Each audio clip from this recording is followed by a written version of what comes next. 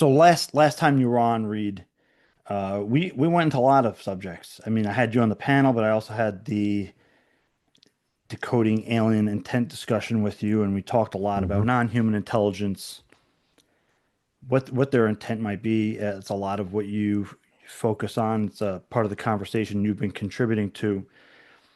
Uh, so I want to start off right here with the idea of technology and non-human intelligence. This is something that was also addressed in the Age of Disclosure documentary, was the idea of the potential seeding of technology. Uh, Hmm.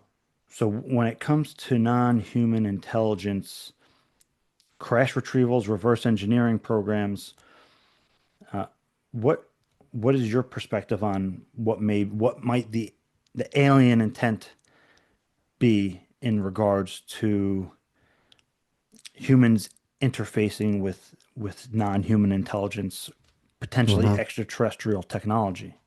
Yeah. Well, I was happy to see at least some room for that possibility in the Age of Disclosure documentary. I believe it was Hal Puthoff who said that perhaps these are technological gifts, he called them, and that maybe this is part of a giant species-wide IQ test to see who can crack the code, which, though it might seem benign on the surface, is also a potentially alarming possibility that an IQ test is being run on different continents within different defense and military structures that are in competition with each other to see who generates the breakthroughs first, who is able to, as it would be obvious we would, weaponize this technology and use it against one another. So, I think we have to go beyond the superficial take of, well, technology crashes, we recover it, and we humans are the ones weaponizing. We humans are the ones developing in ways we don't want.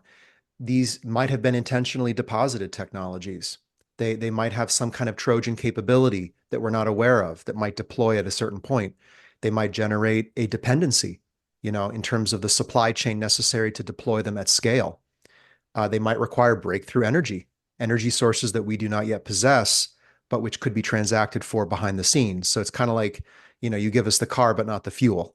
And, as you look at kind of colonial, imperial, interventional activity that we do upon one another, the US government and its defense contractors built, oil and gas generating substations throughout Afghanistan.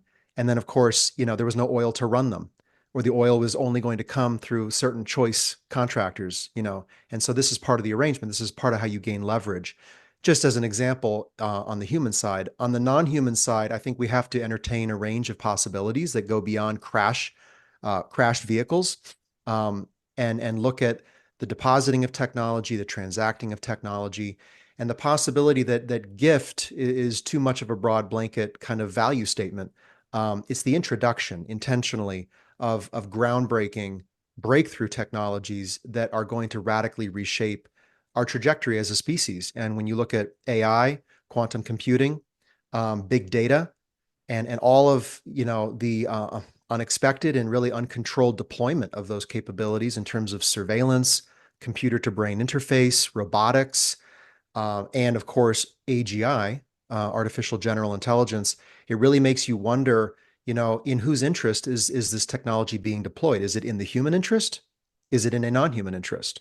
Because some of the deployment does look, in a sense, anti-human. Even some statements have been made by AI leads, such as, that they would rather see AGI emerge than see humanity, um, no longer exist in its current state in the process. They would rather see AGI come to its fruition, even at the cost of human life and human interests. So these appear to me to be almost anti-human statements of intention. And I wonder, where is this arising from? What is propelling us at breakneck speed? And are we being, quietly, overtly, or covertly led into some kind of technological coupling with a non-human exosystemic reality of species engagement with technology and interspecies engagement? Right. And there is also the idea that, you know, maybe at least one of these non-human intelligence groups potentially want us to evolve in a particular direction rather than evolve other faculties we might innately have. So, that there's discussions on that, and also Hmm. experiencer accounts to whatever degree you hold them in, discussing of us becoming overly dependent on technology, like the Ariel school case where, Hmm. again, kids receive the message that we're over becoming overly technologized, or Technologized, if that's a yeah, word, right? Yeah. right. And so that is an interesting question that we have to examine and kind of string out, because Right. like you said, it's the development of these technologies is just uncontrolled, and everybody's Yeah. racing to the finish line, which we don't know where that's taking us. Right. And And we what are changing in the process. I mean, how social media changes the brain, how the use of ChatGPT changes the brains, like literally the brain activity and its kind of outpicturing in terms of the brain structures in college students who use it excessively. I mean, so technology, it's not a neutral engagement. It's actually a relational one. We're actually already engaging with an intelligence that's not our own. It's artificial. It's, we believe, human created. Pretty soon it'll be artificially created by itself. It'll replicate and get outside of our control system, and then enter a non-human, physical, potentially biological form of life that is, thousands or tens of thousands of years more advanced, with its own technological data-driven systems that, coincidentally or not, has been possibly observing us for a long period of time and collecting the data necessary to predict human behavior and also ultimately to influence it. And I think the question of influence is a really important one for people to consider. And I know it's speculative for many, to even non-human intelligence existing is speculative for many. But for those for whom it's no longer speculation, but a growing certainty, I think if we acknowledge that they exist and that they are present and are active, we have to ask the fourth question about intent: existence, presence, activity, and intent. And because in, longstanding programmatic activity on Earth with human beings, the introduction, whether accidental or not, of technologies of revolutionary capability is a kind of relational dynamic that's at play here. There's a give and a take. There's information entering, information leaving, and there is an intent almost certainly at play, and it is almost guaranteed to not be synonymous with our own. It is a non-human intent. And so, getting down to the bottom of that question, decoding it in the presence of the phenomenon not disclosing on its own in any credible fashion, is, I think, a really important citizen initiative. Yeah, and I've heard you bring up the term human-centric first principles. Hmm. And in regards to this conversation of UFOs and non-human intelligence, and their potential intent, and how we will inevitably interact with them Yeah. openly, I guess, at some point. So, what is human-centric first principles? Yeah, great question. Well, it's thinking from the inside out, using our full set of human capabilities and not abandoning those because we're in the presence of a force or an entity or a technology that can, perform in ways we could never imagine, right? That it can do things that defy physics and our understanding of the universe. Your options are two. You can either abandon your understanding of everything and embrace a new understanding. And there are a lot of reported and alleged communications, from non-human sources that claim to have that have a revisionist history angle, like that they created us, that they have been watching us, that we're under a prison planet kind of state of quarantine, that they were the angels or the gods or the religious figures in our scriptures, right? So there are a lot of narratives like that, and some people do choose to kind of abandon a human centric kind of thinking approach to adopt something else. And it's a question of, well, how do you vet that? How do you confirm and verify those claims? Human centric first principles is thinking with logic, caution, reason, responsibility, and a human first mindset, which is in our encounter with the unknown at planetary scale, which in my view is something that is happening in the 20th century for the first time. Despite ancient forms of contact that might have been intermittent, I think we are seeing a global and panoramic new wave of engagement since the end of World War II. And so, if that is occurring, in my view, we have to think humanity first, and we have to act in our best interests, not self-interest or national interests. I would expand that further to be the human interest. And that really is the focus of the organization that I've helped create called the Human Institute, which is we're taking a humanitarian position with this issue. We have to respond in the human collective good, not just one national public good, let alone one national security set of interests. And that's exactly where this whole debate is focused. It's within the US, it's within the national security space. Who's talking about world security? Who's talking about the human interest? And so, first principles is basically not relying on analogy, but arguing based on hard facts that are established. For example, there is life in the universe. It's on Earth, right? We see that. There is intelligent life on Earth, in the universe. Us. The universe gave rise to us. So, what environments led to the long, iterative process by which humanity came into being? Well, they can be very hostile environments, right? The first life forms on Earth probably arose, they believe, on the sea floor at these hydrothermal vents. Others posit that life might have arisen when the crust of the Earth was still cooling. Hyper hostile environments, right? So we look out into space, we should presume that there is life, and we should anticipate intelligent life. That we see technological structured craft operating in intelligent ways, we have to write that in as an actuality and not rule it out as an impossibility. And there's this kind of dynamic at play where it can't be, therefore it must not be. And this is where, society at large resists intellectually, ontologically, philosophically, actualities because they believe and it is a belief. It is a notional thing in the mind that reality cannot contain things like that, of that shape, moving at that speed, you know, with that amount of G-force applied to it.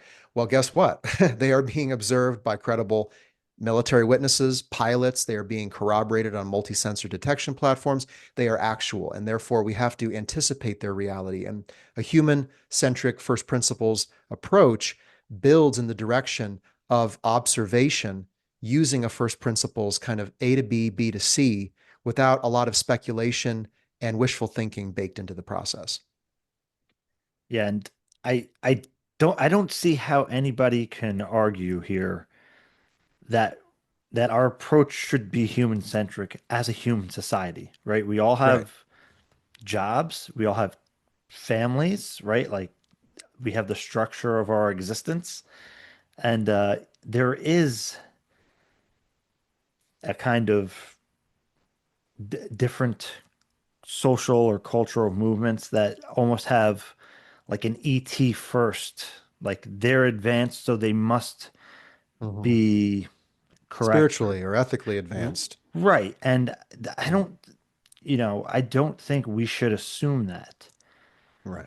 It just, and either way, right? So coming from the human centric approach, it is our only logical option In my because view. that's right. I mean, that's us, right?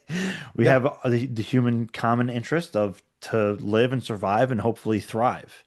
Right. And with this subject, potentially giving us the opportunity to expand our knowledge, experience, ways of thinking, and whatnot, more than just technologically. Yeah.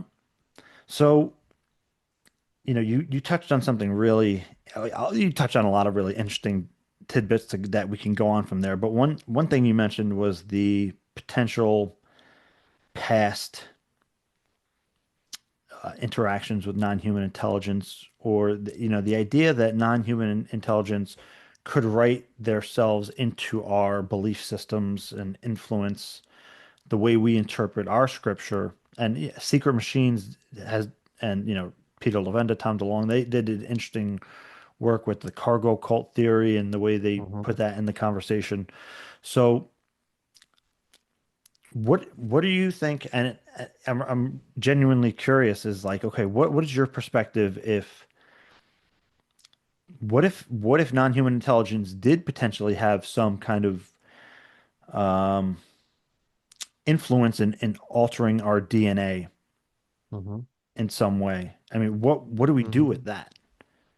Great question. I think we have to be very disciplined in what we do with that. If we write that possibility onto the present nature of the engagement that might be taking place today, and we presume that those are the same entities as might have appeared on Earth in a hypothetical scenario 100,000 years ago, that extraterrestrial infusion of genetics, that theory might account for that leap in brain size and IQ from primitive early, human Homo species to our modern Homo sapiens. Sorry, I'm too many homos and the Homo sapiens. Yeah. But if we write kind of that possibility onto the present, I think we are bridging over a number of kind of red lines in terms of caution. I mean, first off, any entity could claim that they were those entities or that they had done that in the past. It'd be very difficult for us, A, to corroborate that claim, and impossible to corroborate that it was that entity and not some other. We have zero understanding of what is around us in the ecology of life, whatever that is, in the interstellar environment. So there's not a lot of utility in using that to understand the present day contact that might be occurring. I think it's possible for sure that that did occur, and that we have been engaged and observed for a very long time. I mean, again, if you take kind of the ecologist perspective, which I do, we live in some kind of state of interacting organisms, and we don't know what that is, but we've been in it the whole time, right? So to think that entities have never come here, that they've never landed, that they've never taken samples, that they've never deposited items of value, for example, or stored them, I think no. I mean, we're in an ecosystem, right, where there are multiple engaging entities, possibly on multiple planes of reality, not just on the physical plane as well. And so I know a lot of people take NHI to mean both the physical, the non-physical. I think that's good. I think we're expanding into those possibilities. I do think we need to pay attention to the growing probability that there is a form of technological and biological life present on Earth engaging us. But yeah, I mean, we're not alone in the universe, nor have we ever been. And so has there been an infusion of genetic material into the human species? Possibly. What do we do with that in the present to assess the nature of the contact occurring now? Difficult. I think we need to be also watching from this moment forward for any kind of genetic interventions that might be attempted to influence the way our species develops with any intention. Again, and this is the human-centric approach. Like, we have to articulate our human intent, right? And we have not done that yet. Collectively, as a humanity, we are fractured, divided, diffused. We have no common voice in the universe. And so a lot of what the realization that we're not alone means is there is a human project that needs to begin. We need to begin working on ourselves in order to prepare to engage with whatever's out there. And so there's so much good work to do to get institutions ready, increase public literacy, promote human unity and a unified human response, promote technology controls, and ensure human control over the deployment of exotic and potentially breakthrough technologies. Super important. So much work to do on the human side. But yeah, I don't rule it out. And also, the idea of interacting with non-human intelligences or engaging the phenomenon, right? Um, I don't know how many really organized initiatives there have been to do that. Uh, you know, Personalities aside, Mhm. Dr. Stephen Greer created the Center for the Study of Extraterrestrial Intelligence.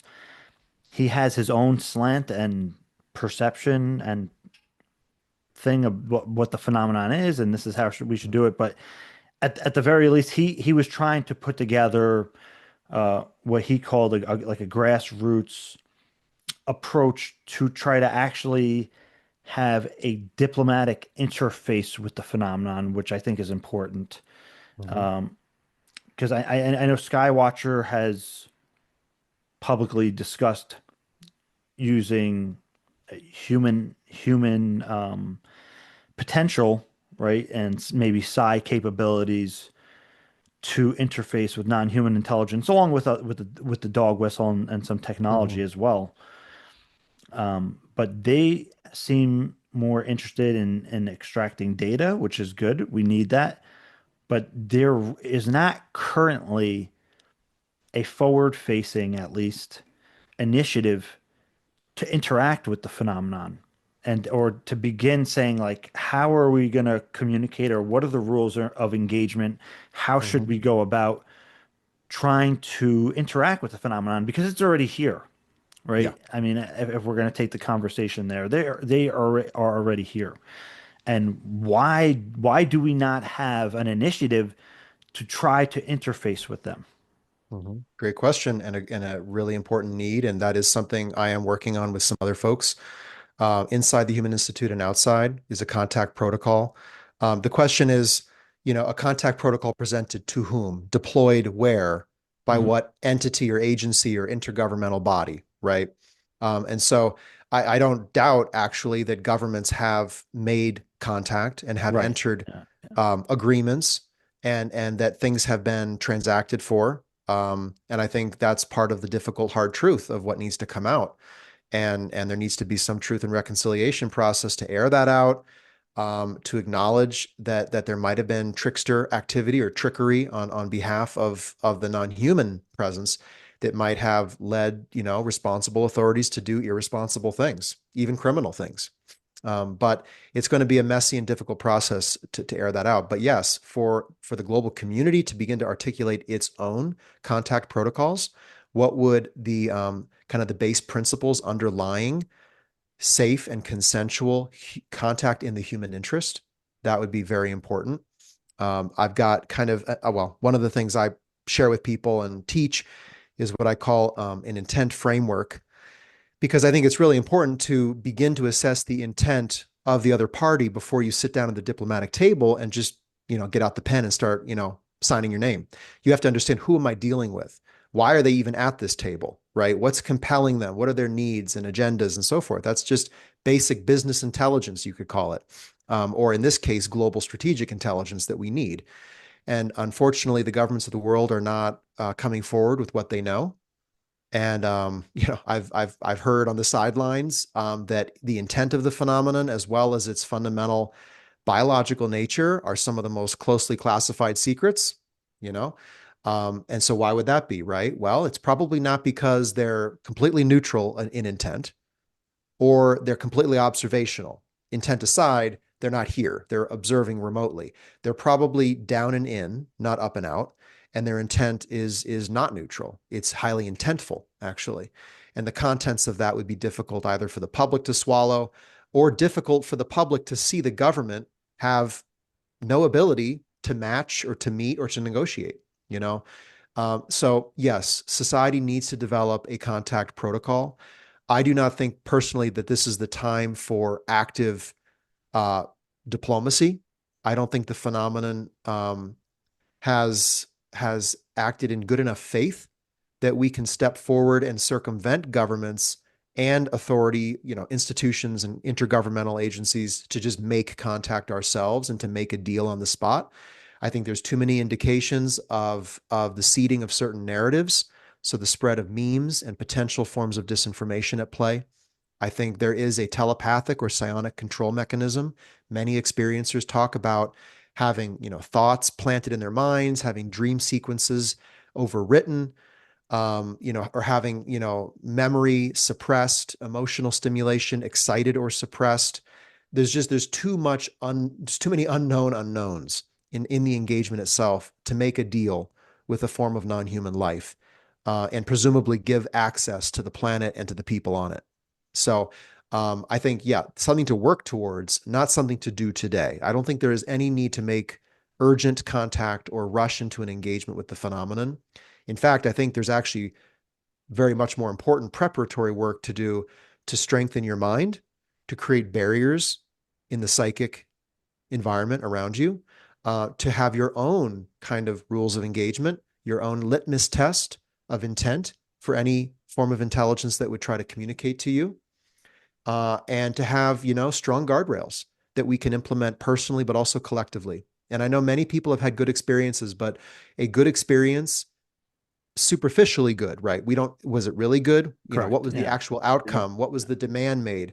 Under what conditions was the experience had? Were they neutral? Were they manufactured? Were they manipulated conditions? But even then, even if it was a patently good experience, that's not the foundation for a policy for the collective good. We just have to acknowledge that. Yeah. And so what can people do to in the human potential space? Because I mean, I believe that this aspect of human potential geared towards, I mean, interacting with non-human intelligence is I think one, just merely one level of it. There's many Mm-hmm. ways you can go with it. But what can people do in the human potential space to prepare for this kind of interaction? Oh, it's endless and it's deep and it's exciting. And I think, you know, our contact with the other 99.999% of whatever's out there is the inception of a process of renewal in terms of internal kind of belief structures, faith structures, political structures, an expansion, a sense of self that is not bound purely to the human history that we understand, that we might be intrinsically connected to a greater community of life. I think that's extremely important individually, but also the colossal reordering and of priorities, of values. So like, you know, warring with each other over a strip of mineral rich land is so much at the cost of global stability, global cooperative frameworks. What else? Loss of hundreds of thousands of lives, that's one, is so much less valuable than preparing to engage with life in the universe, right? And your differences are so minuscule in comparison to your differences between these entities. I'm sure if we were to sit down and meet one, to see one with our eyes, it would blow us away. It would actually reorder our consciousness as to what is, what isn't, what matters, what doesn't. It would be profound. And I think people are starting to go through the early run up to that. And you know, some have called it ontocalypse, you know, or ontological Yeah. shock. But you know, it's an ontological gift, right? I mean, this event, whatever its intent, and it may be the first of multiple contacts that might be coming. And I honestly, I think events happened in the 20th century that triggered attention and engagement, and that's not going away. We've woken up whatever's around us in the universe to who we are, to what we are. And they're not turning away at this point. They're coming, they're here, they're coming, and more may come, right? So it's not just what's here now. We have to be thinking long term. But the real project at hand, like this is where rubber meets the road. It's the human project. The arrival of NHI signals the beginning of the whole human project. And it's the human future that is fully collective in nature. This is lifeboat Earth. We cannot make any assumptions that life in the universe out there will provide for us down here, that they will give us the technology we need with no shoes, with no strings attached, that we should become involved or entangled in whatever networks of commerce might exist between worlds, not just countries. We have to be thinking with self-sufficiency, unity, and also discretion as to what we're putting out into space, because we are broadcasting our entire species civilization daily into the interstellar environment. Anyone could pick that up. Anyone could use that as a powerful data set to train machines to then cross influence us, to reverse influence us, I should say. And so we have to be much more cautious, I would say, in what we put out. And we have to implement some kind of protective barrier. And this is you want to talk about a big project that's going to take 100 years or more. You know, is there a way to provide some shielding of the Earth planetary system physically so that not just anyone can come here whenever they want and enter our oceans and disappear and then pop out somewhere else and do whatever they want, right?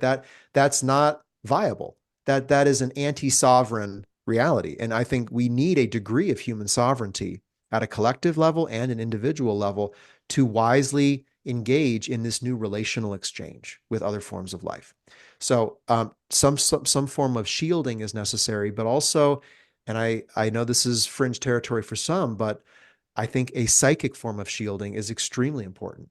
That's something I practice all the time. I now know I am walking daily in a crowded railway station of minds, and they are not all human. And some of them are extremely powerful, and some of them are looking for others. And I think the phenomenon is evidently looking for certain people. It's trying to find people with, this is the question, what are the qualities, the characteristics that they're seeking? But they are seeking individuals and specific populations at specific times. There's specificity to the engagement.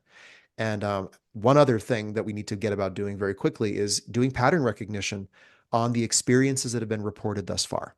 There are tens of thousands of reports of direct encounters with NHI. Who's looking at that? We should be. Yeah, and again, anybody watching this will know I've had experiences that were seemingly positive, but I openly discuss the idea that I don't know. It could be a manipulation of sorts. It didn't feel that way, but of course, an advanced intelligence could do such a thing if they're able to access your consciousness Yeah. um, I also think innately. there's a little bit of differentiation needed in terms of the layers of what we're dealing with here. Because I think this NHI word is it's getting problematic. It's this lump sum kind of gross characterization of basically everything that's non-human but is sentient and might be engaging us. Like there may be neutral, beneficial forms of life that operate on different planes, different dimensional spaces that might be engaging us. And I think, we don't want to throw out everything in a protective posture. But as regards the physical, biological forms of life that are operating some of these craft, I think we do need a protective posture. And that's, again, it's an initial stance. What stance do you take in the very beginning, in the complete absence of disclosure? I would say it should be a pretty cautious one. And I know folks don't like to hear it, but possible foe until proven friend. There's no other way around it. And now the question is, how would they prove friendship? What are the conditions that they would have to meet? And that's a very important conversation. And I think it has to do with consent, transparency, human agency, non-dependence. Like these are the fundamental principles of a safe and consensual relationship. And so this is the human centric first principles. Like think human, think humanity first, because we kind of have to, folks. Sorry, I know you Yeah. want to expand beyond that, but it's like we got to start somewhere. And intelligently engage in a way that retains your agency and your sense of control in the engagement. That's a healthy relationship. Yeah, and I think, I think people have this idea that we're somehow going to insult non-human intelligence's feelings if we put ourselves first. And if they are truly advanced, they would have to understand, recognize, and respect that. Period. Right. So nobody's hurting extraterrestrials' feelings over here because of that. I believe it's owed to us as an experiencer.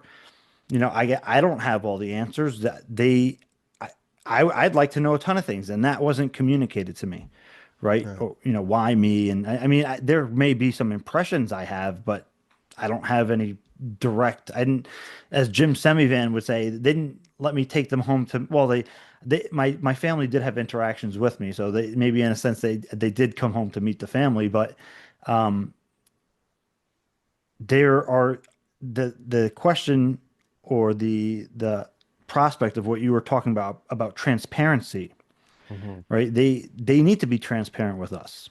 Mm-hmm. Like I think that's owed to us in a sense, if they're going to be here interacting with us. Why the Right. secrecy? I don't see that helping us. Yeah, and they've had plenty of time to observe and watch how we function and what we do with secrets, right? Secrets turn poisonous. Secrets turn people against each other inside families, inside nations, inside the global community. We are already configured for conflict. Like, the national security framing is one built upon competition, a zero-sum game among powerful nation states who leverage, exclusive right to violence through their militaries and other capabilities, right? So like this is the world we have, and any kind of covert operation, engaging the Chinese here, the Russians there, making deals in this way, taking a few humans, doing some experiments. Some don't survive the process. That's okay. We'll dump them in the reservoir, Brazil. you know, uh, there are cases of that. That's alarming. It's like, if we've got muddy boot tracks all throughout the house in the morning, and then we try to get in the basement, the ocean, and it's locked, we have no ability to observe it. We should be wondering who's in the basement and what they're doing upstairs while we sleep, and I think there's like a basic instinct to that. And folks kind of want to abandon that and expand, and I get that. Like there is this need to like move beyond. And there's also a bit of gaslighting, whether we do it to ourselves or it's being done from the outside. I don't know, but that thinking instinctually, protectively is fear-based, right? Or is a lesser form of cognition and consciousness. There are higher. You create your own reality, right? So think positive, and positive things will come. Well, guess what? They're, if true, creating their own reality right on top of ours, and they're way more powerful than we are. So I think there's a lot of poor mental discipline, the projecting of spiritualized beliefs onto the unknown, and there may be efforts to shape how we perceive them. And that could be happening from the human side and the non-human side. I would imagine both are true. Yeah, and you know, I just think that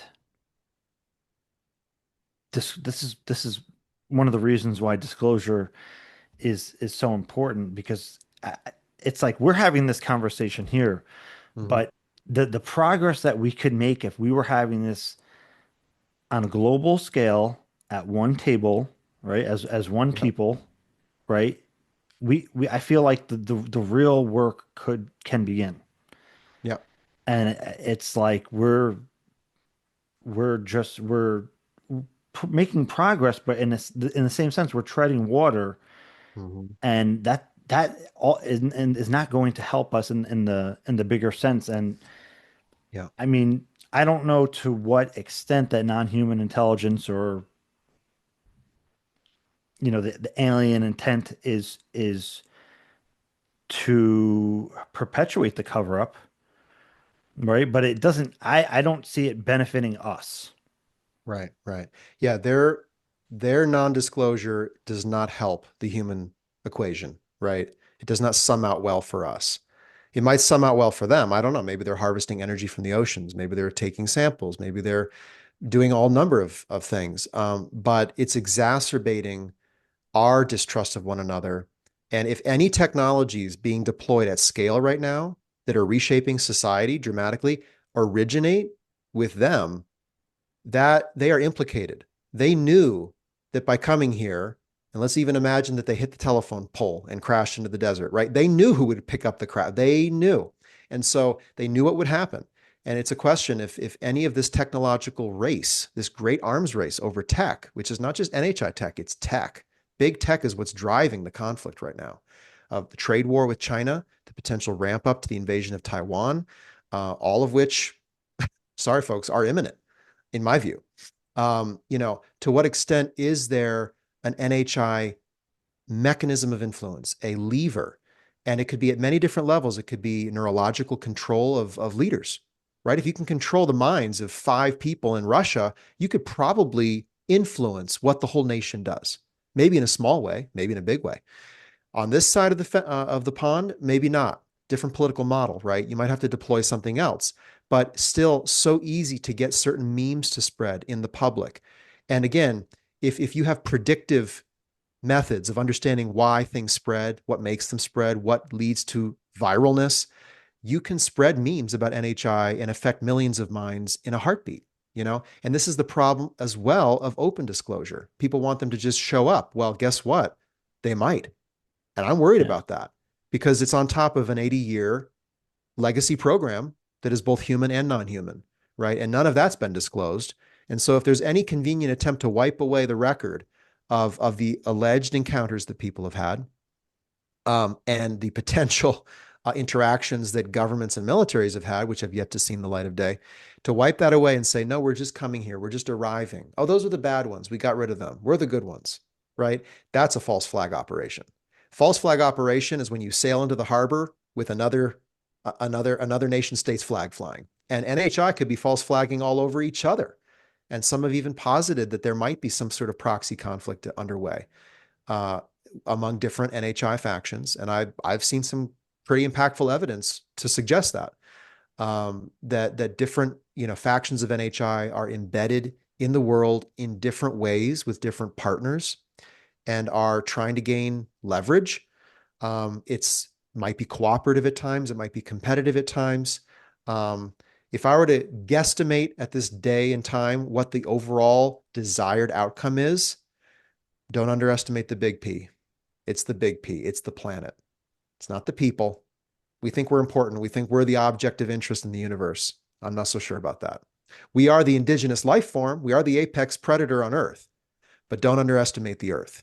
And when we detonate 2,000 nuclear weapons on the surface of the Earth, right, when we destroy its environment, its ecosystem, cause a next mass extinction event, do not underestimate the potential that other forms of life that are interested in living room, space, habitation, resources, biology, habitable environments, atmospheres might take an interest. And well, I mean, what do you make of the idea that it's like, well, there's nothing we can do, like a kind of hopeless approach that man, these entities may be so advanced that, what could we really do? What effect can we really have in intent and even diplomacy or trying to assert sovereignty? Let's put it that Right. way. Oh my gosh. So much. So in truth, all of the above has not been attempted. I don't know what has disengaged the circuitry in the minds of individual people aware of this phenomenon and the collective. We might need to look at that, but we can activate the circuitry pretty easily. I have had hundreds of conversations with people on the street, like literally at the supermarket, in the mall, Yeah. at the checkout lane, the UFO conversation, as I call it on my podcast, Emergent. And I would say 80% are like, I am so interested in that. Yeah, I don't know. I don't know if we could trust them. I don't know. They might be here for something we have. I mean, like basic thinking. Now you could say, okay, well, that's just instinctual fear. No, it's not. It's, hey, instinct and even fear as an emotion that's what's kept us alive and has led to our evolution. Emotions are evolved traits that evolution has preferred. And so we shouldn't throw that out, right? But there is some base logic that most people new to this can adopt and bring to the table. I think part of the problem is the UAP UFO community is so pumped full of half truths, non truths, horrendous logic, really poor mental discipline, a blender puree of new age spiritualism, contactee culture, and just kind of like kumbaya, love and light, wish it's good, hope it's good. I mean, we can elevate beyond that very easily as citizen advocates. So yes, we need more people engaged at that level, which is why we're having this conversation, right? I mean, we're not just here to shoot the breeze and share our novel theories and groove on how, cool the universe might be. That's not the conversation anyone needs. People need access to credible information. They need access to emerging data, which is one of my projects, which we can talk about. Um, and they need a process to gain literacy in this space and retain their own agency in a space where that, through misinformation and disinformation, has largely been taken away from them, right? They either know nothing, they're totally misinformed, or if they know anything, they're disinformed. And a lot of where that leads to is a sense of hopelessness, which is that, it's too late. Either they control the world or the global elite control the world. What can I do? It's like that mental slide is one you, the listener, have to defend against. You have to empower yourself. And honestly, that's my passion in this community, in this space. It is empowerment and giving agency to people, citizens, to take action and to not be passively engaged by the phenomenon, passively disinformed by the government, and then titillated and activated in terms of curiosity by the Woodstock festival that seems to be ever around us, right? So there's a way to get in the game and make a difference. I would say on the question of what can we do? How do we generate any kind of forward motion here? Question the phenomenon. If you question it, you're helping humanity. Questioning does not mean deriding. It does not mean suspecting even. It's questioning. We have to question what it is and what it's doing. Ask the right questions. That then down selects our limited availability to, to be involved towards certain key variables of the phenomenon we need to uncover, like abductions. Are abductions happening? We need to know the answer to that question. To my knowledge, there are very few people working on that question. Why? That makes no sense to me. That is the highest risk, highest consequence, greatest potential legal implications in terms of harm to human life and interests there could ever be. And no one cares. Or if they care, they're too afraid to look. Why is that? So we have to overcome our own barriers here and throw aside these extremely immature, childish kind of assumptions like, well, if they wanted the world, they would have taken it already. Right? It's like, well, maybe they want the world and they are taking it over 500 years. Right? Yeah. Think.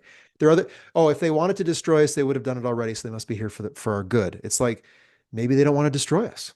Maybe they want to integrate with us. Maybe they want to work with, I mean, think.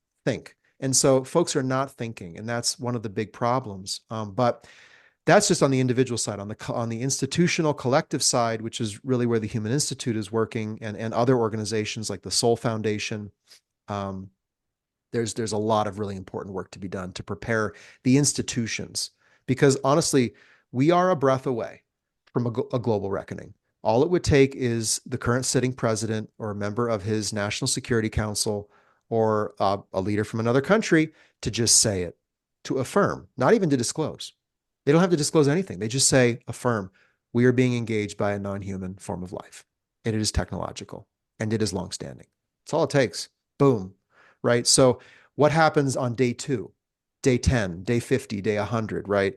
It's all about what we do. And the phenomenon, it could be neutral, it could be self-interested, transactional, it could be covertly hostile, it could enter a form of overt hostility. Who knows, right? It almost doesn't matter.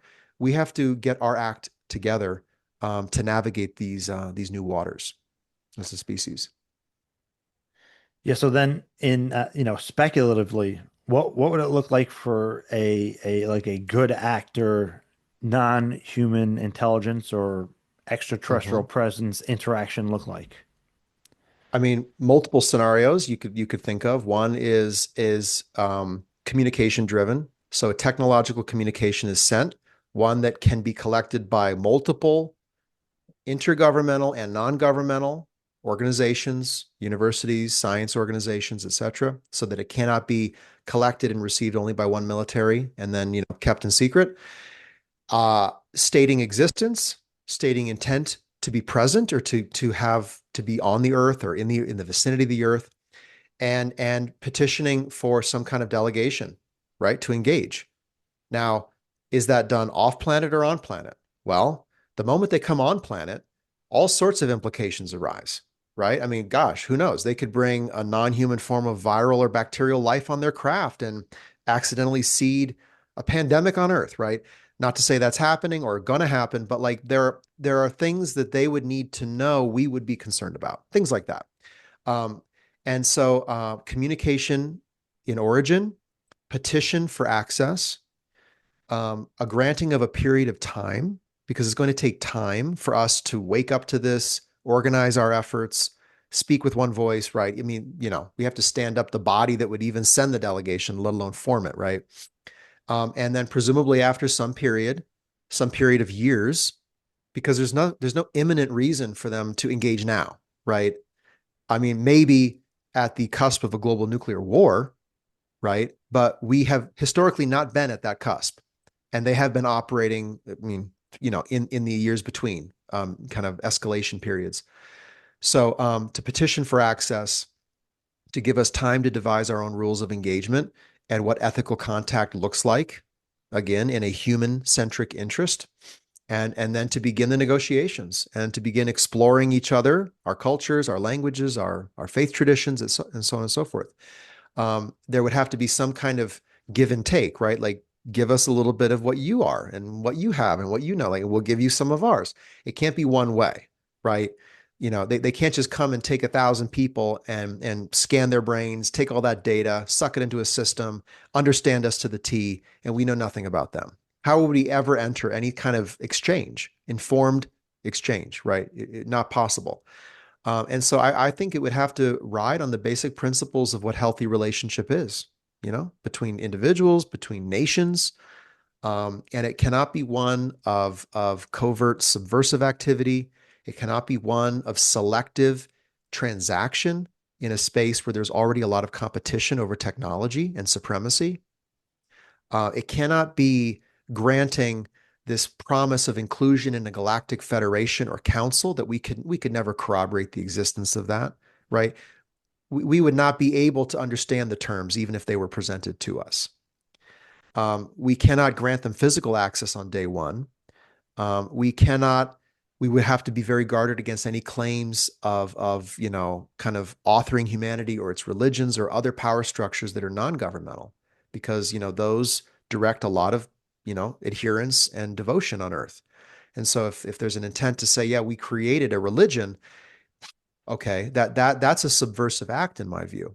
Whether or not it's true, that's going to take tons of human commitment away from the existing structure, which is not just religious, it organizes societies. There are societies that are organized based upon, the structure provided by religious organizations, and it would turn that attention to a non-human center of authority. So that would not be in the human interest. So I think, there's a whole kind of series of if this, then that, a flow chart that could be devised to express what a positive contact scenario would look like. That But that would be I that would don't be see that an happening excellent. today. I was going to say that'd be maybe next week. No, that'd be Right. an excellent emergent podcast episode. It would be. It would be. Thank you for the idea. And I've got some charts and graphs and various drawings made for my forthcoming book on intent. So maybe I can comport those into a, positive contact scenario flow chart. Yeah, I mean, and even just I think you have to have both conversations, right? You have to have also the conversation about the positive contact, or automatically you're cutting half the people out of the conversation, right? Mm-hmm. Who, Sure. for Yeah. one reason or another, they have the proclivity to think that their non-human intelligence has a positive intent. Maybe it's just their mindset is an optimistic one, and that's the way Right. that. And so we have to include them, right? We have to include everybody. I think we Um, have to we have to seriously get in and understand the experiencer experience fully, yeah, positive, negative, neutral, and look at it really methodically. And I know people. I don't want to take someone's positive experience away from them. That's fine. They're free to feel the way they feel.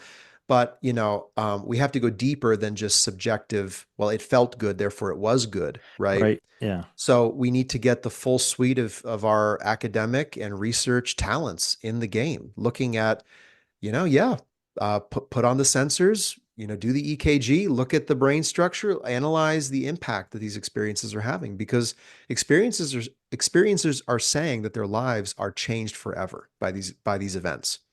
So I think there's also a potential, and I see this as a default in the context where there's no support for experiencers. There's no one to help you through it, that you might revert to a positive interpretation simply to survive, to integrate what happened to you and not be traumatized or haunted by it. If that might be my way of coping, and many people's way of coping. yeah. And as far as non-human intelligence, and I keep saying non-human intelligence. It's the word we're using nowadays, Mhm. right? Um, We might swap it out for extraterrestrial intelligence. That might well, not be a bad choice. right, and I do get that using terms like UAP and NHI, they do serve a purpose, and even the legislation that is being passed because of the technicalities of, oh, well, there's no proof of extraterrestrial intelligence because in a semantical argument, you can state that Mhm. positively without lying, but we know it's non-human in origin, right? Because you have nothing to test it against. So you can kind Right, of get away with that. So there are reasons why terms like that are used to right, our benefit. At the same time, we can't disassociate from the physical reality because there are sometimes intentional ambiguities to cover. Hmm. the kind of Right. the real reality of it here and now part of Right. it as well. So that's another nuanced part of the conversation to be had. Yeah. Cuts And both ways for sure. yeah, so and I get it, right? That's we're trying to function in the space and navigate, and we're using our words as tools, and but we can't let them uh, confuse us either. So Yeah. I mean, we're getting indications. I mean, this is a quote from David Grush in his Fox News interview 2 weeks ago. The biological sentience that pilots these craft that do not necessarily look like you or I.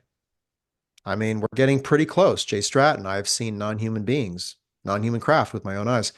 Now, I mean, this is testimony, right? So we take it at that level. I think there needs to be efforts to back up testimony with data.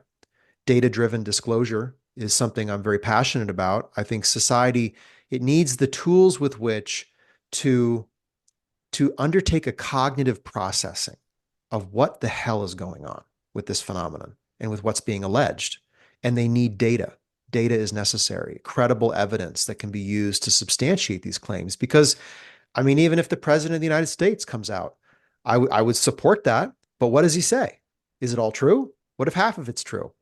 What if the yeah, president of China comes out? What if 20% of that's true? What if NHI show up and none of what they say is true? I mean, we are ripe and rife for efforts to disinform the public. And so, how does the public inform itself and not be led along by the powerful interests that are probably already at play on this issue? I have the answer to that. They're going to listen to Emergent podcasts, right? Wow, No, wow, what a setup! no, but no, seriously though. But I appreciate your train of thought, your line of thinking, and the organization and structure, the well thought out um, processes of like how are we going to deal Mhm. with the phenomenon with extraterrestrial intelligence, non-human intelligence, and Yeah. yeah, and so you've been working on plenty of things. You have a book coming out.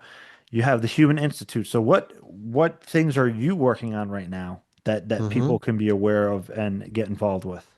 Yeah, sure. Well, I've been on a warpath to play my part and to get certain things into position for if and when disclosure happens. I know that on the moment of disclosure, there is not enough credible information and analysis in the public domain, and there are so many voices out there that just want to do the possibility parade, go around the block with their novel theories, and it's not malicious in intent, but it's not going to be helpful. And then in come all of the powerful interests, in comes the money, et cetera. And so how are people out there going to make sense of this? That's the question that keeps me up at night and maintain their own sense of inner sovereignty of decision making at a time when we seem to be losing more and more of that to technology itself, right?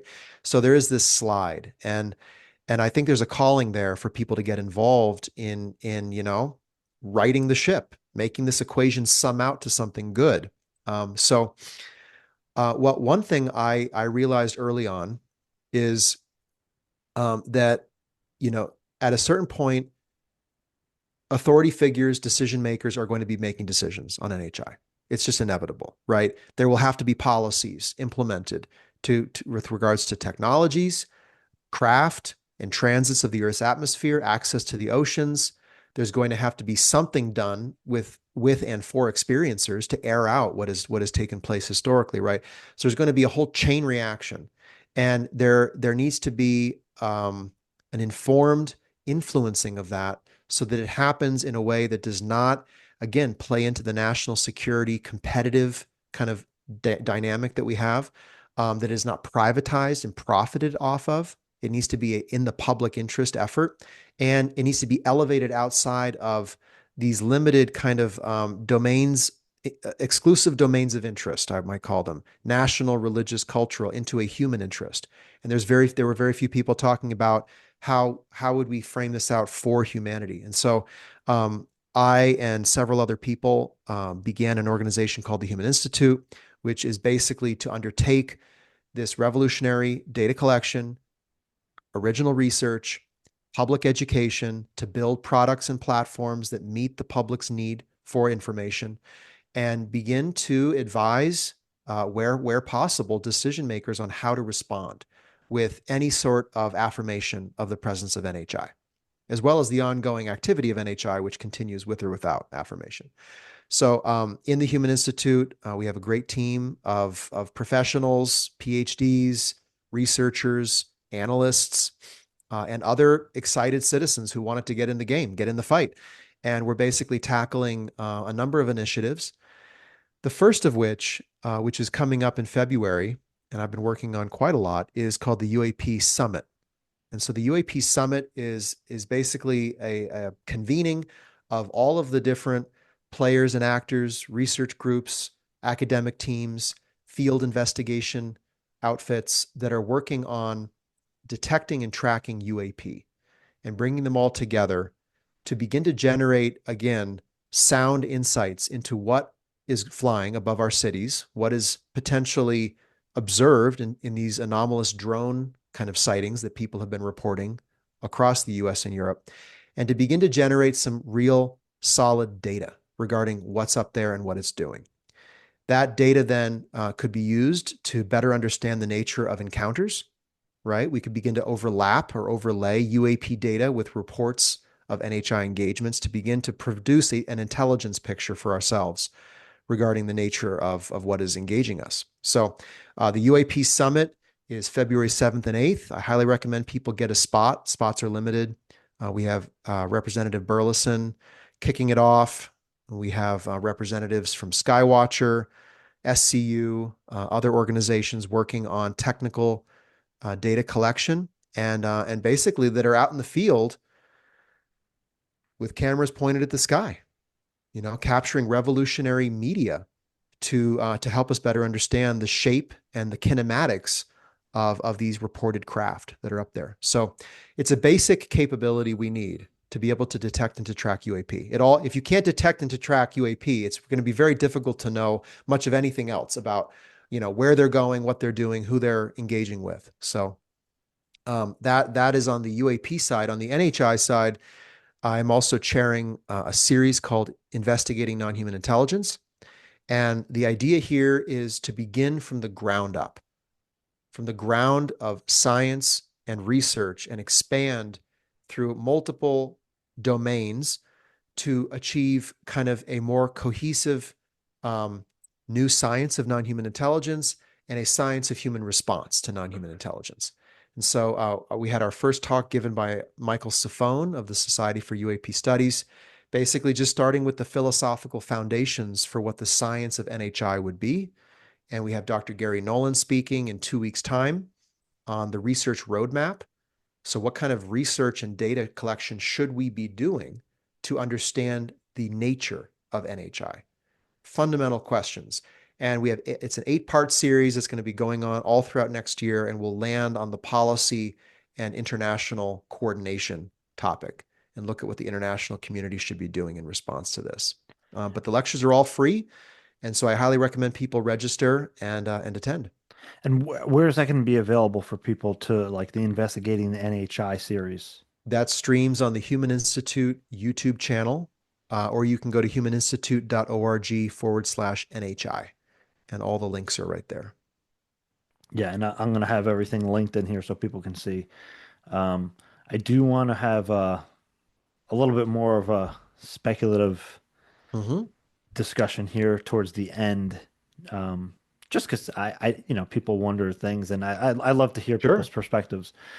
Yeah. So let's start with um, extraterrestrial intelligence, right? A very real possibility at what this is. I think the extraterrestrial hypothesis is highly probable. Mm-hmm. I know it's been like, oh well, it's less in vogue because of the of alleged science that says from here to there. If they're so advanced, there's so many possibilities of how they could get here and how long they've been here and whatnot. So that's Mm-hmm. another thing. But uh, extraterrestrial intelligence or non-human intelligence or some hybrid Right. form, right, or integration. Among Us. What's your Hmm. thought on that? Oh, an integration with humanity? Yeah, Ah, yeah. Well, um, I think there are indications to really focus on the ETI hypothesis. And again, it's not to rule out everything else. It's actually it's not to say that the whole phenomenon is extraterrestrial. I don't think it is, right. right?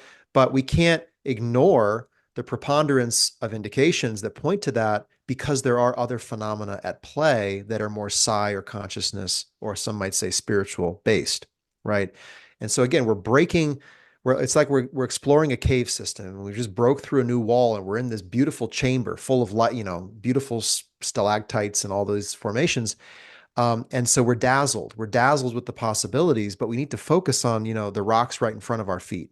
Don't trip and fall in the pool. And so what's right in front of us are structured craft under intelligent non-human control with biologic entities controlling them, right? That to me is where we are today. And if it's more than that, I'm open to that. But that right there is so significant and so means so much in terms of how we respond. If they're biological, that means there's biological hazard. If they're biological, that means they've undergone the process of evolution, which means they have developed traits and qualities that have led to their success, presumably over other entities that they co-evolved with, right? And so what are those traits and qualities? Is there competition at play? Is there, the intention to sustain one's species through the acquisition of resources or habitable living space, right? All logical thoughts that stem from that basic ruling in of a biological form of non-human life engaging us. So with that, if we are being physically engaged, i.e., in our homes, by a physical entity, if we are being taken from our homes, taken on board a craft into a facility, or engaged even outside by another form of biology, we have to ask that question, James, about integration. What happens when these two entities converge, right? That happens even at the level of a biome, right? The biome, the internal bacterial kind of super community within each entity. Two humans meet, they transact even at that level. So we are in some kind of transaction already. Um, I've called it the cosmic Columbian exchange. The Columbian exchange was the transaction of technology, food, uh, um, animal life between the European continent, or the eight, Eurasia and the New World. Well, we're probably in some process with non-human intelligence even at this moment. And so, if we are being engaged physically, if we are being put under, the scope, so to speak, if medical procedures are being undertaken, if we take any credence from what's alleged in abductions in terms of these reproductive uh, exercises, to remove ova and sperm, to put a fetus inside a woman, to remove it in late stage or late term before the mother gives birth.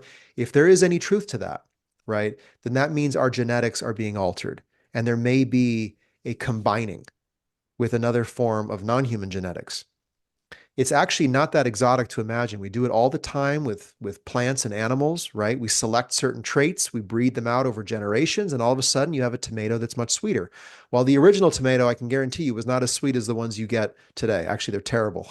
Don't buy the tomatoes on Earth. Yeah. They were way better back then. Tell you that's a Yeah. bad analogy.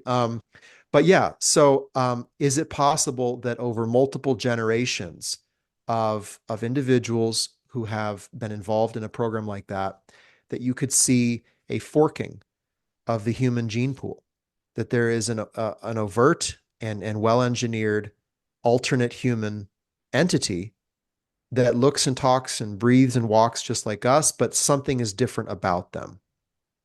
I think it's possible there are multiple such programs because I don't believe we're being engaged by one form of life. And I think there are indications that those forms of life are in competition and they might have their own programs to intervene in our genetics and to alter the course of humanity's epigenetic expression, you could say. And so there might be multiple programs at play.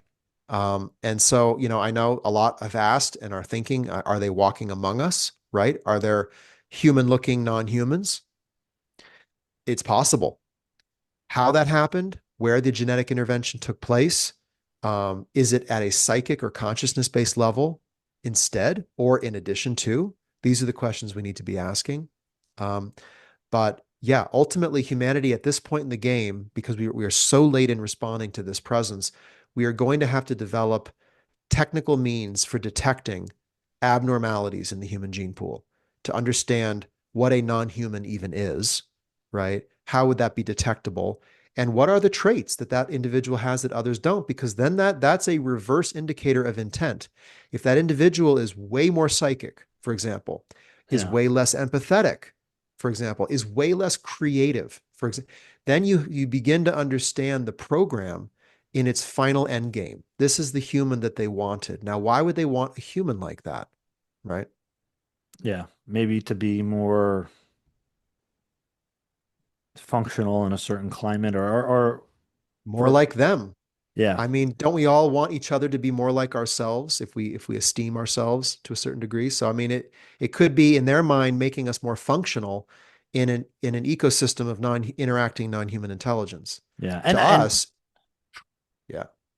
yeah. And I suspect that the legacy program has done has done that analysis and is surveying everything they can, maybe in a, I don't want to say paranoid or but Hmm. I have to say I'm almost sure that has been underway in the Hmm. legacy program, and it's highly classified. Um, The a question lot of, is whether there's been a non-human influence of what the legacy program has done in that regard. correct. And I think of like, the testimony of Dan Sherman, Right. who Yeah. claims that he was taken out of the womb uh, before birth, and was altered in some fashion to become an intuitive communicator to coordinate the abduction program for, I believe he says, the Greys, Mhm. and to do so within the U.S. Air Force. Right. So if Right. if scenarios like that are true, Houston, we've got a problem. Well, and We are, that would be catastrophic yes, for the public to know in a sense, right? So we come to that the conversation of right. controlled versus catastrophic disclosure. How could disclosure in a sense not be catastrophic given Yeah. some of the realities that we could be facing that are very Yeah. All indications point to if it all came out, it would be undeniably catastrophic.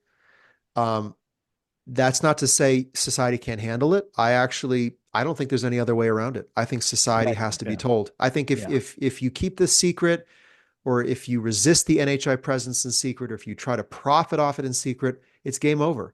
Whether it takes Correct. 50 years or 100, it's game over. And so it has to go public. And, part of what I want to do is normalize the conversation on abductions. It's not good. It is scary. But when you think about in interactions in an ecosystem between forms of life and the exchange and the influence they exert on one another, it's very nature based. It's a natural perspective on the interaction. And I think people can begin to wrap their heads around that. To not hold their governments and authority leaders in hate and criticism, that's another matter, right? And Right. so Yeah. that's where it's if you get a little bit out, it's all coming out, Right. right? And I think we just have to gear up our nervous systems to ride that rough road and be available to society and to one another to help each other process that. Yeah. And speaking of gearing up the nervous system, you know, this idea of psionics or psychic potentials, consciousness utilization, right? Mm-hmm. What can people do again to psychically protect themselves? Or I mean, that's um, the terminology is not. Mm-hmm. I prefer. I don't know. Maybe how can people um, create a resilient Yeah. consciousness system Mm-hmm. that uh, they could detect uh, outside influences, Mm-hmm. right? From interference with with themselves and their own well-being. Yeah. Yeah. This is the new environment. The new question. Well, get ready to be strong enough to lift your own lunchbox. I have a 3-year-old son, and it's been interesting to watch him gain enough strength to do things on his own, turn on the lights, close the door, et cetera, et cetera. And it's like we need to, my key recommendation to your question, James, is exert force, but do it psychically. And it's not exert force to move a physical object. It's not, you're not levitating things with your mind. You're exerting force in a purely psychic sense. And so if you're just sitting in a weakened position, in a self-consumed state of mind, with all your energies sinking inward in self-preoccupation and concern, right? Any more powerful force that identifies you as a person of interest can come and impose its will upon you toward any for any intent, right? And I would even say, we have to look at this with each other too. I mean, there are people, well, there are elements within national states that are using psychic assets, psionics, that are actively remote viewing, right? I don't know if you've ever been remote viewed. To my knowledge, I have, and it is very weird. It's very weird to be watched by someone, and you open your eyes, they're not there, but you close your eyes, they are so there, you can't deny it. And so, how do you guard against that? Well, you have to impose barriers. You have to articulate and express your intent for some kind of sphere of influence or sphere of protection. And you have to exert mental force. You have to be generative in your thinking out to that surface. And then you begin to be able to detect incursions into that space. So when is there a blunt force attack into that space? When is there a penetration of certain thoughts or certain dream sequences? I don't recommend people go all out on this, right? Because you have to take all of it with a high grain of salt, right? So I don't walk around saying, that thought came from outside Yeah, me, or that yeah, yeah. that believe me, Right. like it's important, really important to be grounded actually, And and disciplined. and Yeah. disciplined, and to be a healthy, physically healthy person. So invest in your physical health, because of course that, the brain is the most energy consuming organ in the body in terms of glucose, right? And so if you're not doing well physically, your brain won't be doing well, and it will not be doing well in whatever psychic environment we live. But this active projection of force, developing a sphere of influence, sensing when there are abnormalities in the environment, and then asking yourself intuitively, or I'll introduce a new word here, noetically, through a down selection process. Yes, no. Is this targeted at me? Yes, no. Right? Is this human or non-human? Human. Oh, okay. Is this related to something that happened today? Yes, no. There's a down selection process you can do. I kind of talk about, in contrast to psionics, the idea of noetics, which is that we have another intelligence running underneath the surface of our thinking consciousness, and that it is a noetic ability to objectively perceive reality, not subjectively, objectively see something that's actually there, and to actually have some kind of intelligence inform you about it. So in the spiritual traditions, it might be called, a state of Buddhahood, or Christ consciousness, or, basically just intuition. I don't know. But there is another kind of mind and voice that I believe can guide people. And that's where your sovereignty ultimately is unassailable. And I have a spiritual practice. I meditate. And when I go deep, I don't know who or what is trying to reach out to me, but ain't gonna work. And that there's almost like that's your true ground of being, your bedrock, right? And if you're anchored into your bedrock, it's going to be harder to move you and sway you. Yeah, I think that was wonderfully said, and I think that is going to be the topic of our next discussion because Great. yeah, I'd love to talk about that in more depth. That'd be great. Well, yeah, I really appreciate you coming on, Reed. I appreciate the voice that you're giving to these ideas in the space because it's important. Because I think it you're the logic and the train of thought is very grounded, but also in a way makes this subject very real, right? Mhm. We're not dealing with these theoretical ideas as much, although those are great. It kind of makes it like an out there thing when it's Right. really a right here and now thing. And I think people get caught up in that thinking space where it's out there, it doesn't affect me. It's out Mhm. there, right? But people need Yeah. to come to grips with the reality and start asking the questions of what do we do now? Yeah. And I think, we expand into theorizing to get it outside of our space because we don't want to have to be responsible for acting or we have no idea how to act. And I think that makes a lot of sense. I think we're at the point where action is required.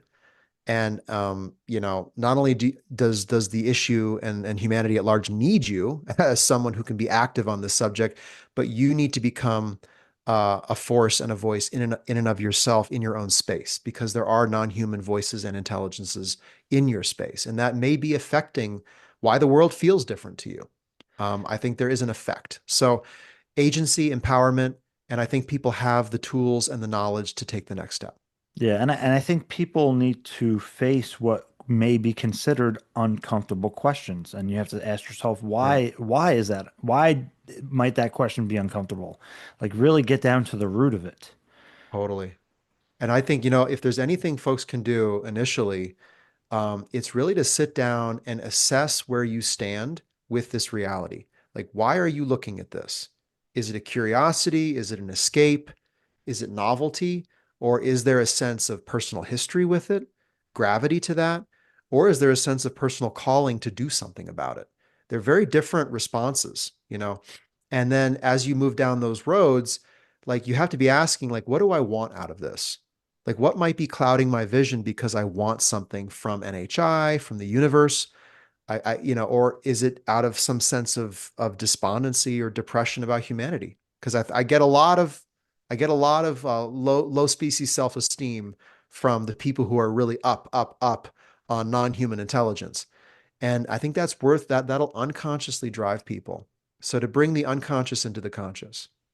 Yeah, and again, I think that these kind of questions have a way of orienting yourself, even like where do you Mhm. stand as an individual being, Yeah, right? And you can it can in a way help you re-examine purpose and yeah. things like that, deeper questions of what it is to be human. Yeah. I would say I know you're living with that. I am as well. Like this is a calling and this has my name on it and it's changed my life in a very powerful way. So, not only in terms of exposure to the phenomenon, but in my response to it. If I was not doing anything about this would be a very hard issue for me to be around, Right. right?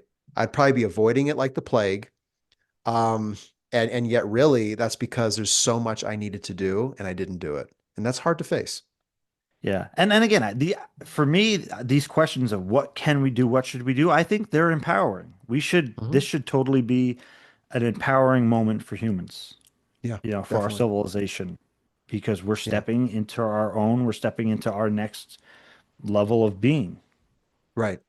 I think somebody who took my course said it best, which is we have to, look out to the future and expand into this new reality of life, but we also have to deal with the shit that's here. Those are Yeah. their words. Yeah. And it's like, welcome to life. It's not anything else than just dealing with what's here, but also looking beyond that into whatever life in the universe is this larger framework of life that's around us and beginning to reshape ourselves for that future engagement. Yeah. And I believe that we're incredibly resilient. Uh, and we've adapted many times before, and I don't think this will be any different. Yeah. I mean, of course, yeah, on scale, yes, right? This is a big freaking deal. And Yeah. in some ways, in our current society, it's unprecedented. But Yeah. at the same time, I think we rise to meet the challenge. Totally, James. Right there with you. Yeah. I mean, we have been through blood, sweat, and tears as a species to get to this point. And look at what we've accomplished. A lot of people think we're not worth anything in the universe. I think we're worth something really significant. And I want to preserve that heritage, knowing that when cultures meet and when intentions clash, it's the more technologically advanced that usually wins out, and the less technologically advanced civilization just disappears. And so I don't want to see that happen. And I don't also just want to replace human culture with NHI culture, everything on earth with everything out there. Like there are things of value down here that we need to actually steward and potentially contribute out there. Like I think there's a part of that's part of our species wide gift to give. But we have to onboard ourselves to that new reality. Totally agreed. So, again, Yeah. thank you so much for your time and your contributions, Reed. And all the links will be in the description. Everybody can see Reed's work with the Emergent Podcast, the Human Institute, and everything that he's working on. So, looking forward to speaking to you again soon, Reed.